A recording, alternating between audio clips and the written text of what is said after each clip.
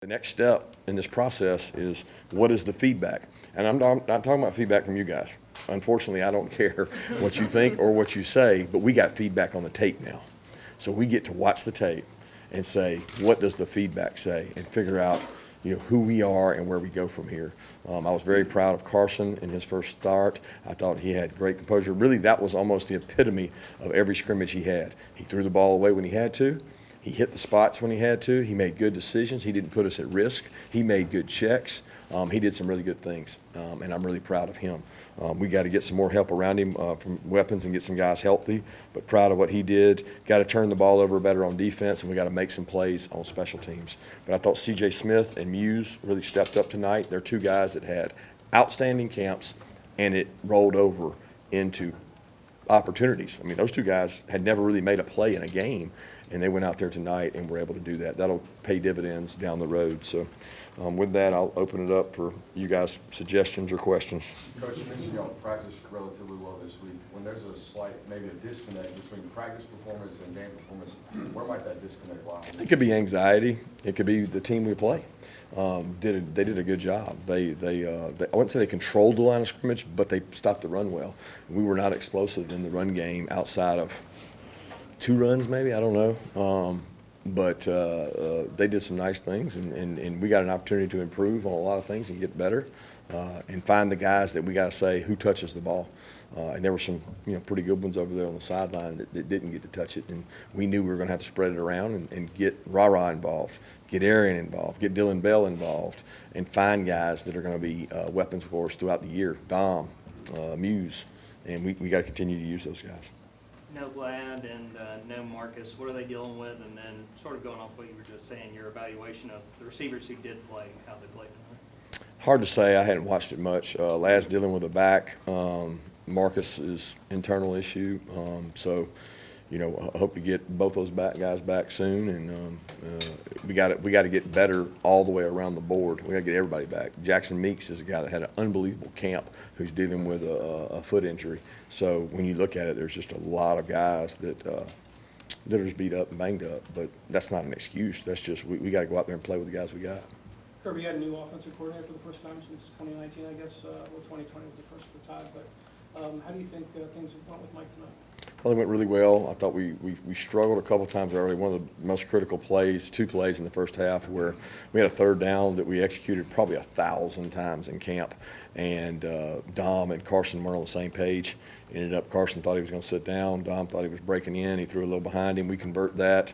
We feel like we go on and score. That hurt us. And then settling for a field goal before the half was frustrating. We've been really good in those situations. Like we were going to get a score there, a touchdown, and we're going to get the ball right back in the second half, because when you get the last possession, the first possession, you can go 14-0, and we missed out on those 2 things. So I wish I had those 2 back, but I thought that our guys functioned well, especially when Carson was in and out of the pocket, getting the ball to Brock, which we limited that some. We could have certainly got it to him even more, but we want to make sure that we're smart about that and we get the ball to other guys. Kirby, you got the young quarterbacks in late. Can you comment on Brock and Gunner? Yeah, I thought both of them got to come in and play. It was important to let them play and not sit there and hand the ball off. And, Gunner's group didn't execute as well as maybe they should have, and he made some plays around it with his feet. Brock's group got holdings and cost him 1 series there that he played well.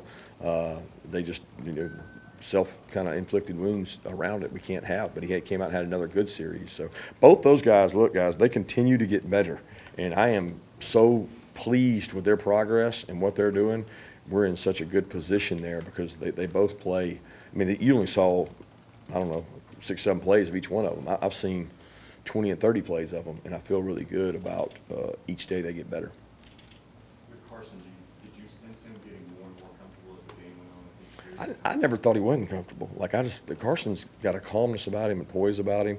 There's really only 2 throws I wish he had back. The overthrow to Arian that was really long, and Arian got behind the defense, and then the 3rd down that, we should have executed that.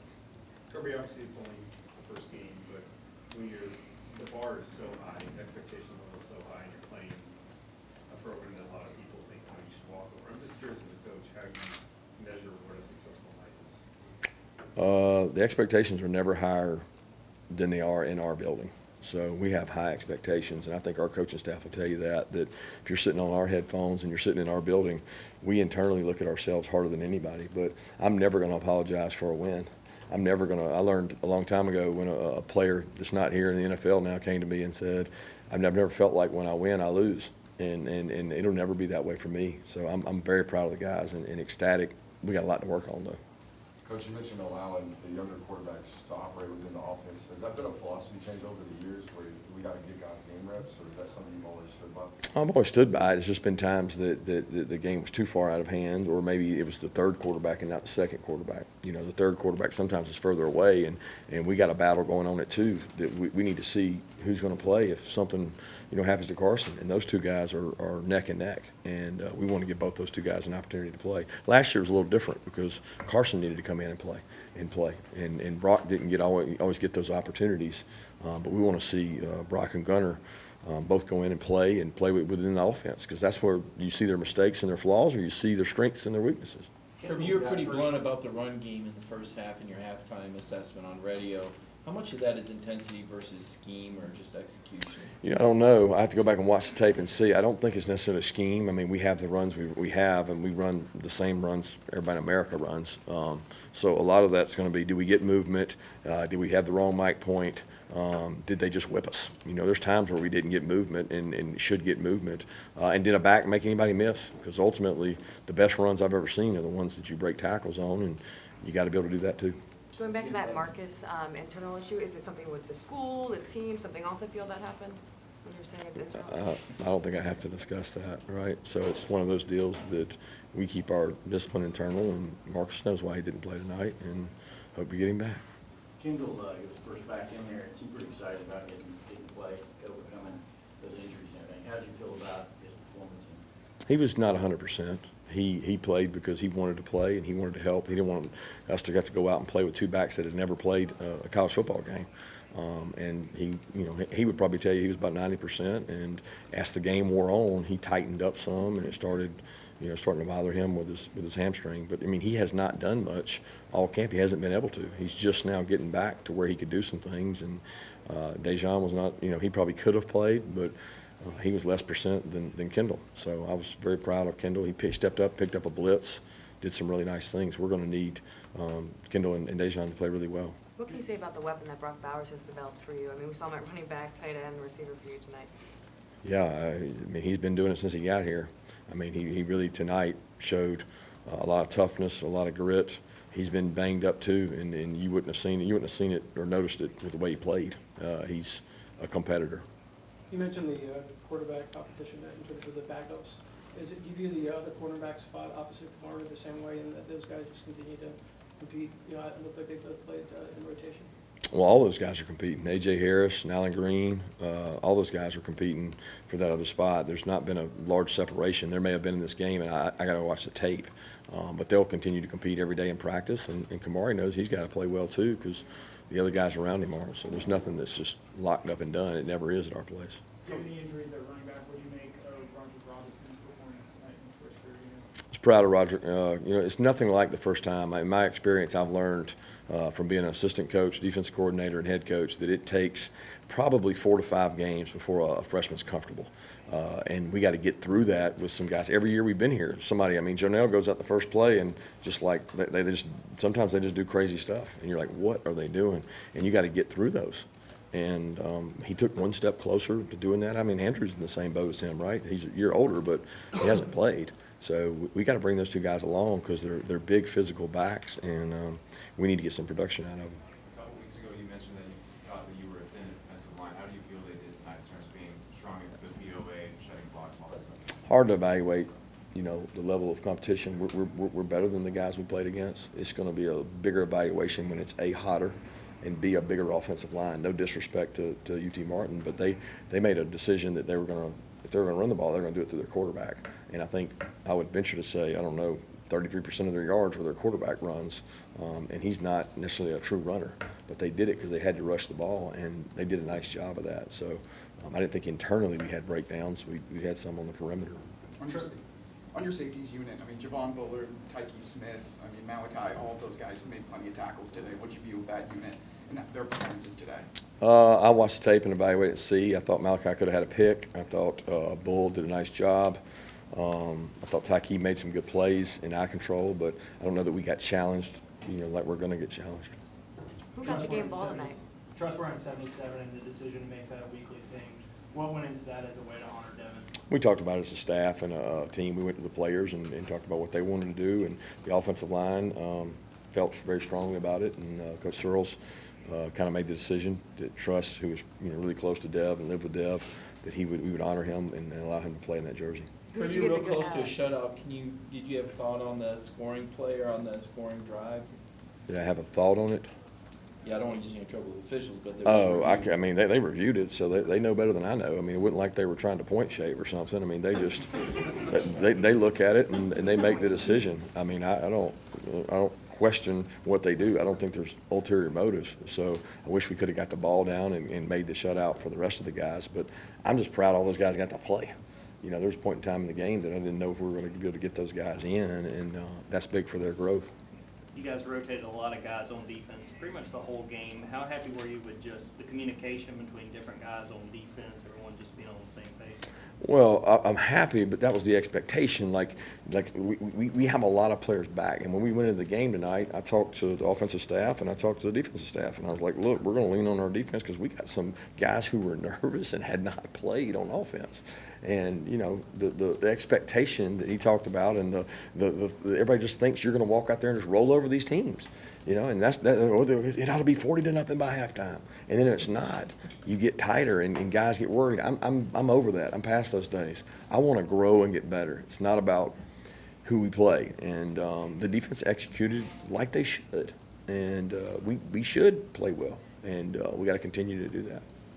Who got the game ball tonight? Who did you give in the locker room? I don't do game balls. I've never been smart enough to figure that out. My game balls go out on Monday when we watch the tape. But if I had to, it'd be Muse or C.J. Smith probably. Coach, I asked you this week what you thought your team might be elite at or what you might be concerned about. You told me you didn't quite know yet. Yeah. What you learned today? That we're going to go back to work tomorrow, and we're going to grind tomorrow and get ready for Ball State. I mean, I never read too much into it. I just don't think you get too high or too low, and people hit panic buttons, people have expectations, and all I'm worried about is the process of getting better. Because at the end of the day, this is one thing I know, we got to get better. What did Peyton do during fall camp to earn the kicking job, and how did you evaluate how he did it? I thought he did a good job. He hit the doink one time there on the crossbar, but we'll look and see. It was really close, to be honest with you. I hated it because Zirkle had a great spring, and he had a really good fall camp, but ultimately the height of the kicks was the biggest difference because their percentages were almost the same. But I told him, I said, I want to do drills to see who can kick the ball higher, faster, and that is where kicks get blocked. And Peyton did a better job of that. But I'll be honest with you, I got a ton of confidence in both those guys. CJ Allen was in there a good bit. How impressed have you been by him as a freshman linebacker? Hard to play freshman linebacker in our defense. And he and Raylan, being here in the spring, have really grown and been able to do it. Raylan probably would have been in the same boat as him if it had not been for his knee. CJ picks things up. He's very smart and intelligent. He's conscientious. He wants to do things right. He has a chance to be a good player. And, we've got a pool of inside linebackers right there around him that I was proud of Smile. He came out there and played in some sub situations, and he's trying to get back 100%. But CJ did a nice job. Coach, you kind of lamented not getting enough turnovers. Of course, a couple guys missed them, but Kyron Jones got one right at the end. What was your evaluation of that play? And The tip ball. It was a tip ball, so it was lucky is what it was. But he's going to think he did really good, and it's like everybody. When you get a tip ball, it's lucky. I got a lot of interceptions in college that were tip balls. So it doesn't make you a good player. It makes you in the right play at the right time, right place. You had four safeties at one time. I believe it was Dan Jackson and Javon in the back, and then kind of both Starks and Tyke in the slot. Was that because of the uncertainty at inside linebacker and just having one in the middle, or have you guys ran that one before? No, it's just called dime.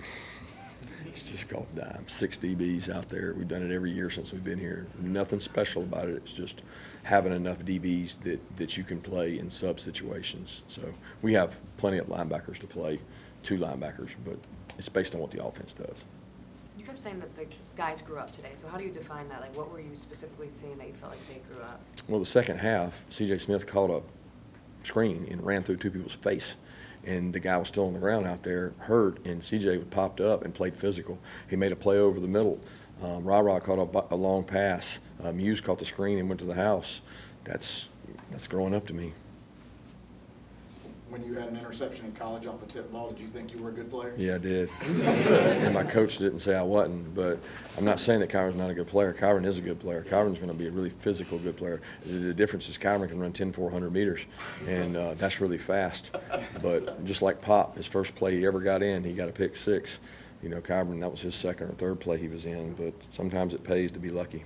You talked about Ra. How has he progressed since he first got here to where he is now? Got a ways to go. He keeps getting better. He had a couple busted assignments that were costly, that he didn't do the right things, and he's got to work through those. You know, I know you can say, well, he's not a freshman. Well, he is in our offense, and he played in a very, very different offense last year, and he is working his tail off. And he deals with expectations too, from you guys, from home, from all over the place, and he's a great kid who's working his tail off to learn how to play the position like a pro player, and he's taking that head on, and he's going to continue to improve. And I love the kid, and I want him to get better. I was proud that he was able to work through some jitters tonight. Coach, you got a long list of upperclassmen that have waited their opportunities, most notably Carson Beck, but even guys like Warren Brinson. What was it like to be able to see those guys walk out as presumed starters for the first time in their careers? Well, it was good. I mean, I think it pays off. I mean, you look at Quay Walker, you look at the guys, Devontae Wyatt, who've paid off by starting late in their career, and they know the work they get from their freshman, sophomore, junior year is probably better work than they can get anywhere in the country. You don't get drafted by playing. You get drafted by playing good. So what allows you to play good? Work and competition. And those guys are product of work and competition. We had a lot of guys out there like that. We got a mature team, but they got to handle it the right way. And I think we got a hungry football team, but I didn't always see that tonight. Time for 2 more questions? Coach, Ernest Green on that left tackle spot. I mean, without looking at film initially, how'd you feel like he did in his first start? I couldn't say. I know there was one time he got beat inside, forced Carson to get out of the pocket, that we threw it to Dom late over this middle, and Dom got hit, that we would have been an easy completion. But outside of that, I couldn't say. I would say that as a whole offensive line-wise, we got to get more movement. We got to be able to run the ball better. Knowing expectations has been the mantra of this in the last 2 seasons and things of that nature.